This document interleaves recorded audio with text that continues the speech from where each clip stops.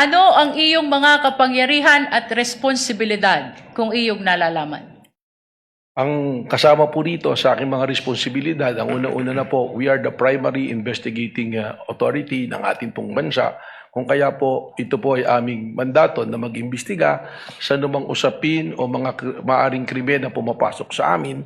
At kasama rin po dito ang pagbabalangkas ng mga polisiya at pagbubuo po ng mga units or division kung kinakailangan at ang pagmamanage din po administratively po ng aming opisina.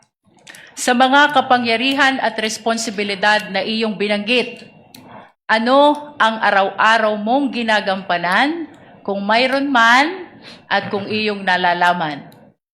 Ang araw-araw pong pagbabantay at pakikipag-ugnayan sa aming mga ahente dahil po sa araw-araw namin pag-iimbestiga ng iba't iba pong usapin na pumapasok po sa aming ahensya.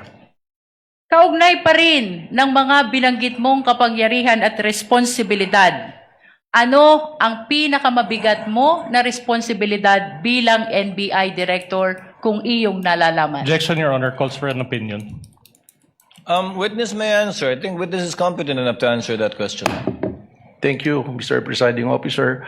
Ang akin pong hindi lamang po bilang primary investigating agency, kundi ang amin pong primerong ginagawa ay ang pagbabantay para po sa ating mga taong bayan at bantayan din po ng ating konstitusyon ay maipatupad at siguraduhin na hindi po nagkakaroon ng kaguluhan at ligalig para ito po ay puksain, habulin at amin pong kung kinakailangan ay kasuhan ang mga taong lumalabag po sa amin pong mandatong